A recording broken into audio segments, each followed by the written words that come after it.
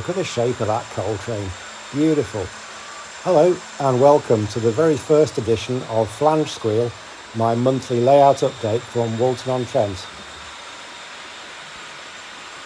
If you've watched, liked or subscribed to the channel so far, thank you very much, I appreciate it. All I'm trying to do here is capture what I'm doing while I poke about with trains in the loft and maybe give somebody else some ideas and inspiration who might fancy building a model railway but who also might have a loft that looks like this. When I did the launch video a couple of months ago now, I guess I left a bit of a teaser at the end, maybe suggesting that I was going to start building some scenery straight away. Well, you can see from here that that hasn't really happened, and there's good reason for that, which I will take you through shortly. But for today, I thought it'd be a good idea just to give you a bit of a guided tour around the layout, the room, just to help you get your bearings when I'm walking around and filming things, just so you know where we are. We've got 4 trains running around the layout at the moment, and we'll zoom in on these and follow them around various sections of the layout. Just heading up the layouts, on the up fast is a Class 90 pushing the Raker Mark 3s towards London. We're looking at a Freightliner trundle through on the up slow, about to take the Birmingham line. Coming down towards us we've got 87001 Royal Scot with the Raker Mark 3s on a northbound non-stop express. And where is it? Over the top of the layout, non-scenic top right corner, we've got a Class 56 just emerging there on the freight avoiding line in the station, and that's hauling a rake of coal wagons. If the colour scheme of the back wall there isn't a big enough clue, this layout is all about intercity, specifically the West Coast Main Line and the core services that ran up and down the Trent Valley from London Euston to Glasgow, Liverpool and Manchester through Stafford Station. The track layout and all operations are based on Stafford, but the plans I have for the station in particular, and much of the cityscape around it, I'm planning to resemble more like Birmingham New Street, maybe also pick up cues from Coventry Station, which I think is by far the best of the modernisation stations on the West Coast Main Line, and maybe where I can look for a few other features from the West Coast Main Line that I can just plop in as a bit of a homage. For example, the bridge we can see in the foreground here, I'm thinking of maybe modelling that on Cathedral Street, which is a road bridge which runs over the back of Queen Street Station in Glasgow. We'll start the tour properly in a moment, but right now I think I should explain why it looks like I haven't really made any progress in the past couple of months. This is some unused footage from the videos that I've posted over the past couple of months, and while I was in the process of editing those, I kept coming back to this bit of track and this particular train movement. The shape of that train is just awful. It's a real dogleg piece of track, totally unrealistic, and the more I looked at it, the more I fixated on it and thought, I just can't accept that. It doesn't look any better from that direction, so rather than ballast in my mistakes, I ripped up the track from the points all the way up to the platforms. While the track was up, I also took the opportunity to add in 2 more points to cross over into an additional platform and a freight avoiding line, if that's what it's called, replicating platform 6 and the line that runs through Stafford alongside the old Royal Mail platform on the west side of the station. This was something I'd wanted to do when I originally planned the layout, but didn't think I'd got the space. Although I did put a set of points in further around the layout to give me access, but I decided against it at the time and just locked them off. But having run the layout for a few months now, I have got the space. I think it will give more operational interest, makes the station look bigger and just looks more realistic. There was a fair bit of cork trimming and repositioning required. That was fun. While there's certainly space for the right depth of platform and two lines, the platform kits I have gone with will need a bit of fettling. They're going to have to be curved round into the exit back to the main lines. It's going to be tricky, but they will look more realistic if I get it right. There's room there to park a 3 or 4 car multiple unit. It's really just for a bit of theatre, this section, rather than genuine running, but I think it will look effective. So here's 56023 with a coal train on the down slow. We're on the loft hatch viaduct here under the eaves. When it emerges, there's the points I put in originally, and then this is the new single track, fast lines going around the background there, Birmingham lines in the middle, and then it splits there into 2 pieces of track. The platform will be up the one side, there'll be some kind of wall or maybe a chain link fence. I like the idea of maybe being able to look through into the station from this side, and I think that looks really good, the way it just emerges from under the station there, slowly curving around. There's a piece of track there needs redoing, I can see. It's amazing what you spot. This is one of the benefits of filming and watching your own work. And then that's the shot we had back at the start, the shape of that train. I just find that really pleasing. Looks so much smoother than it did before. That looks like a genuine station now, very suggestive of the way Stafford looks. And then not forgetting the lines that we realigned. So this is the up slow through platforms 3 and 4 towards Birmingham with a Freightliner, and that curve there it's taking now is just the shape of those 2 trains together. I find that very pleasing to look at. I could watch that all day, but I'm really happy with the way that looks now. It looks like it looks like a proper railway curve. A little bit of fine tuning to do here and there, make sure everything's level, but the track work's now done.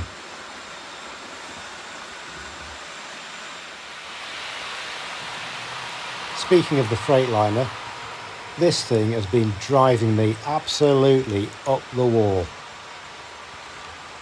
I've also got a 14 wagon intermodal rake, and neither of them can really cope with the inclines I built to get down to their storage yard. Between derailments and coupling failures, I was ready to just bin them off and sell them, but you can't run a Stafford-based layout without container traffic, so I've had to find an alternative solution. Now, to be fair, the problem is partly self-inflicted. All of my storage yards are on the lower level underneath the scenic layout and accessed by 2 bi-directional inclines, which are about 32 feet in length. I think they're 3%, might be 2, I think they're 3%. And I built yard 4, which is a 4-lane dead-end yard for my longest train, so the coal train, the 2 container trains, and an aggregates train I'm still building. Being a dead-end track, they have to back in or back out of the yard, and they have to do so across this series of points, which, if I'm honest, does not represent my finest hour of track laying. This was early on in my track laying career, and I thought I was being clever, trying to make the best use of the space around the corner, which does actually work. There's plenty of storage yards in the corners here, fanning out, both behind where those clay tigers are and in the foreground where the RAS vans are. There's also a loco yard just round to the right here, and the lower level of the outer incline accesses just behind those 2 wooden uprights. So there's a lot going on here, and it's 50-50 usually whether the container trains get across here without derailing. So that's what a successful docking looks like. That's yard 4 over in the background there. Yard 3 is just in front of us with the station end of the scenic layout above our heads. Let's take a look now what it looks like the other way. So this is a different loco this time, but It's the same train heading out, and you can see the second axle is off already and it's shorted. Second attempt, a little bit further around this time. Watch the first bogey, and it's off, and now it's pulling the others off, and it's shorted again. Blasting through this time. Sometimes it's the only way, and we're away.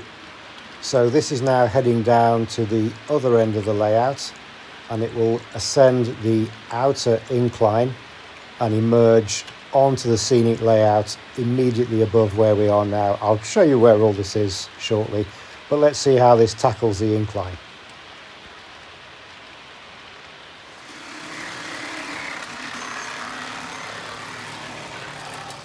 And there's the answer. Just a typical day in the life of Walton's Freightliners.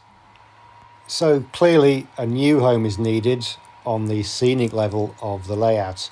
And luckily there is space right up against the back of the scenic boards, where I've managed to squeeze in two 24-foot length tracks, which are big enough to hold a Freightliner and more than big enough to hold the intermodal. So now there is no more ascending and descending the inclines, there is no more backing in and out of the yard across points. They can just stay up here all the time. They won't actually be visible from the scenic side of the layout. There'll be a retaining wall hiding those tracks. It is accessible from underneath the beams if I have to get under there. You can see that's yard 4 down below where those orange aggregates trains are. That's where it used to live. So this is its new home. There's a guardrail, that orange piece of battening, just to stop anything falling off the back if there are any derailments. But I've been running this a couple of weeks now, and so far so good.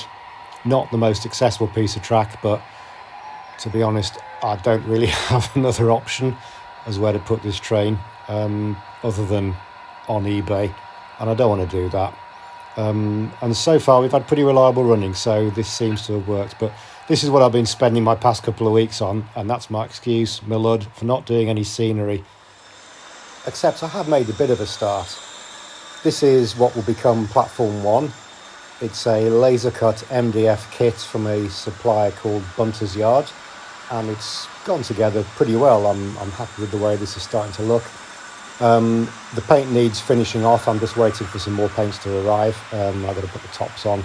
The platforms on all tracks will extend to where that cut-out section of the cork is. This will be an underground station, as I said, a bit based on Birmingham New Street. So from the front of the station there, where the Freightliner is disappearing, all the way back here will be covered and go into a scenic break around this corner, and the trains will emerge here after this truss. We'll do a bit of track learning now. We're standing over the loft hatch, which is down there, looking at the double-deck loft hatch viaduct, coal train and a couple of intercities running over there. And then if we pan around, you can see the lower level storage yard. That's yard 1. We'll take a closer look at that later on. Sorry for the shaky camera work. Best I can do stepping over all these beams.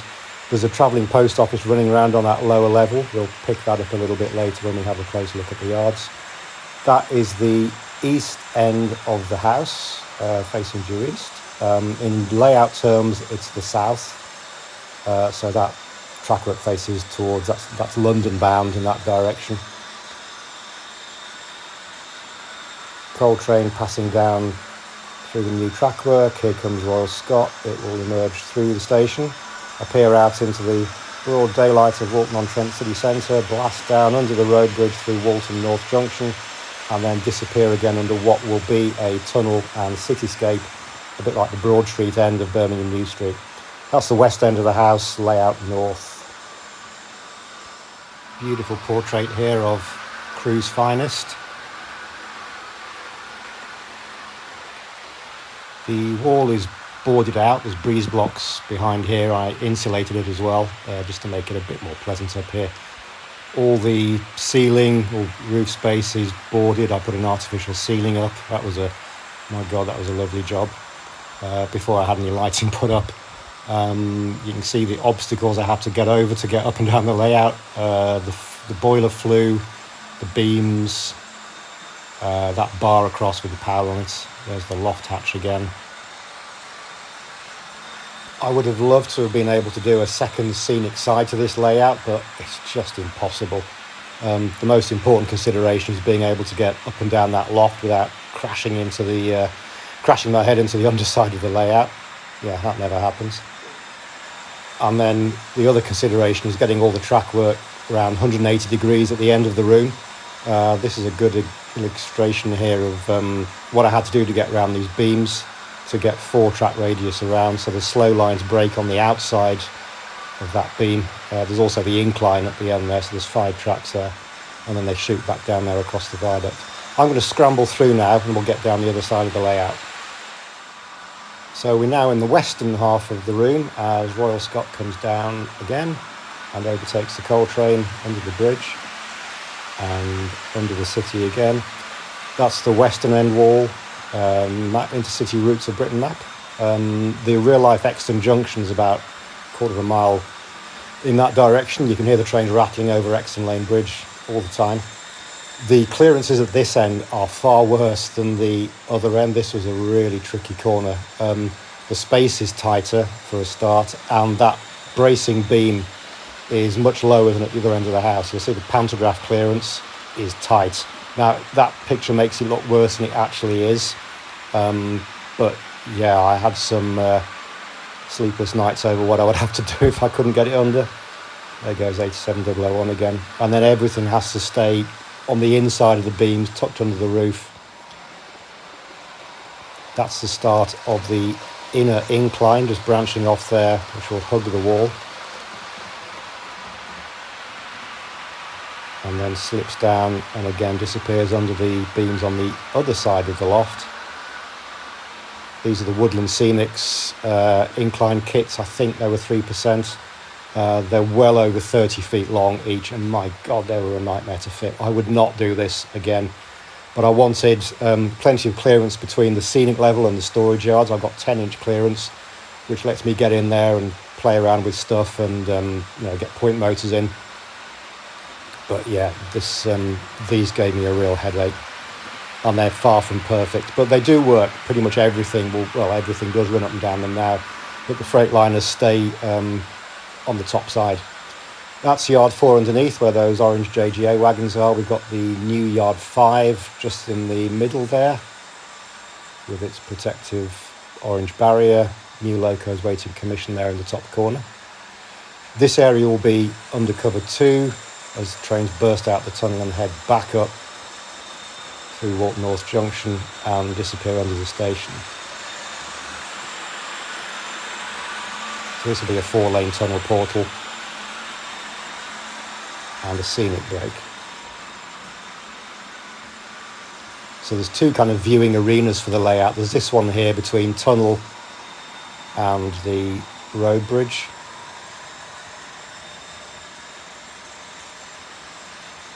We'll put some office buildings and streetscapes, that kind of thing around there. And then the other viewing arena is between the station mouth and the road bridge.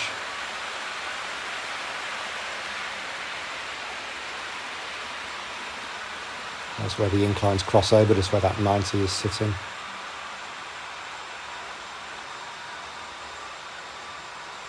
So that's just a mock-up of the station, making best use of my boxes. It's going to be an underground station, as I said earlier, like Birmingham New Street, but I do want to detail it on the inside. There's the other end of both the inclines and the yard 4 mouth. There's a head shunt or short sidings there. Might get a track cleaning train in there, or nuclear flask train, something like that.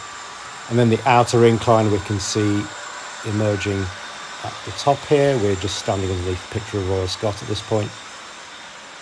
That's the station throat that's hidden. Then the incline appears here at this corner and then joins the up fast and runs down in that direction. It's a foot wide here, 4-track, foot wide long all the way down.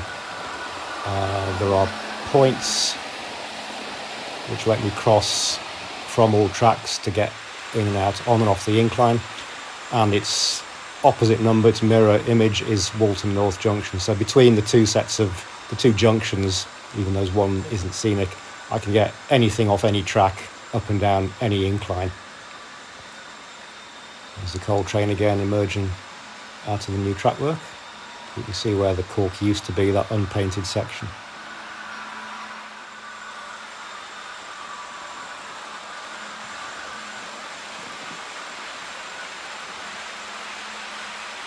This is a DCC layout, and it's controlled with this, the ECOS command station. These aren't cheap, but it's a fantastic piece of kit to use.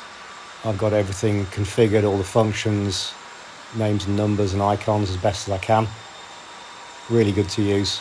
I might do a feature on this, or a few features on this later on, or ask me any questions. I'm certainly not an expert, but I've learned a lot in the, 12 months I've had it. So the station's going to be a bit of a concrete brute, but I'm going to work in some nice architectural details into it, I think, like Coventry has, with a probably shopping centre over the top, office block, car park maybe, just to make this a self-contained corner with no visible gaps through to the other side. Retaining wall disguising the Yard 5 container yard there, and then a bit of a break where the road bridge is. And then the wall will continue on this side of the bridge and round to the tunnel. It'll probably be a little bit further forward than those boxes are, but I don't want to crowd the track. I want to leave a bit of air around the line side, and just fill it with bits of gubbins that you see alongside the track, and then some kind of building line to disguise these beams on the right hand side here, which are just the bane of my life, but can't do anything about those. This is as far back as I can stand to look through the beams. My head's on the ceiling right now. Control points with a box of tat, which I really need to sort out. The power comes up alongside the boiler flue from downstairs. There's no independent power. Speaker there for some tunes while I'm working. Power cables run up the beams and in both directions to either end of the room to power the lights. I do need to improve the lighting in here. Kneeling before the 87, quite right too. Let's dive underneath now. There's the bottom of the inner incline, which makes its way around there. We're at the back of the station, the south end of the layout.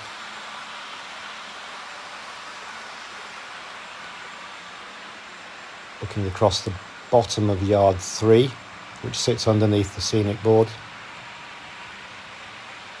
So trains emerge down here, back of that difficult set of points where the container train always failed. This is the corner we're underneath on the scenic level, if you remember.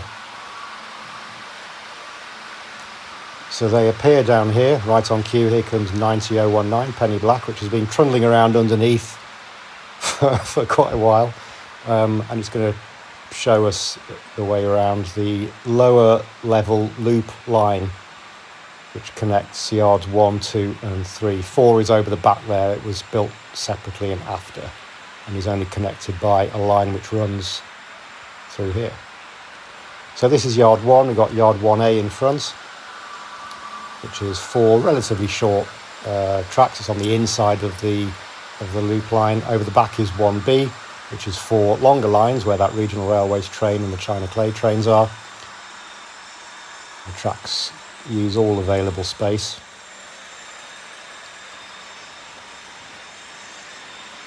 And scrambling over the beams, now sitting on the loft hatch, and yards 1A and 1B emerge here and join the loop line. You can see the bus wire and point motors underneath the upper level viaduct there. That's why I have to push it so far back against the wall. I don't want to snag myself in those climbing up the loft. Then on top of the lower loft hatch viaduct, there's a short 3-track yard where I keep some parcels trains. My Class 47 RAS fleet comes 90019 again across the lower loft hatch viaduct.